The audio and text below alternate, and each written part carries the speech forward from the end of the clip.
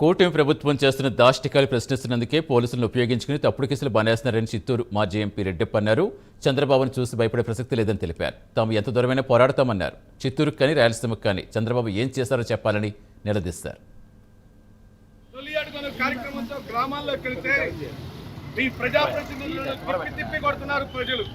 బాబు ఇచ్చిన గ్యారంటీ అది శూన్యమని, బాబు గ్యారంటీ అంటే అది మోసమని, బాబు హామీ అంటే అది శుద్ధ అబద్ధమని మీరు అనేక మార్లు ప్రూవ్ చేశారు ఈ ఆంధ్ర రాష్ట్ర ప్రజలకు.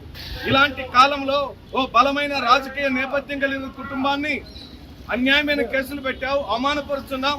దీనికి నువ్వు తప్పనిసరిగా మూల్యం చెల్లిరెడ్డి భాస్కర్ రెడ్డి లోపలేస్తే భయపడతారనో, లేకపోతే ఓఎస్డి కృష్ణమోహన్ రెడ్డిని వేస్తే భయపడతారనో, ధనుంజయ రెడ్డిని వేస్తే భయపడతారనో, వల్లభనేని వంశీని వేస్తే భయపడతారనో, లేకపోతే నిన్న జడ్పీ చైర్పర్సన్ కారు మీద దాడి చేస్తే భయపడతారనో అని నువ్వు అనుకుంటే అది పూర్తిగా నీ యొక్క రాజకీయ అనాలోచితమైన చర్య.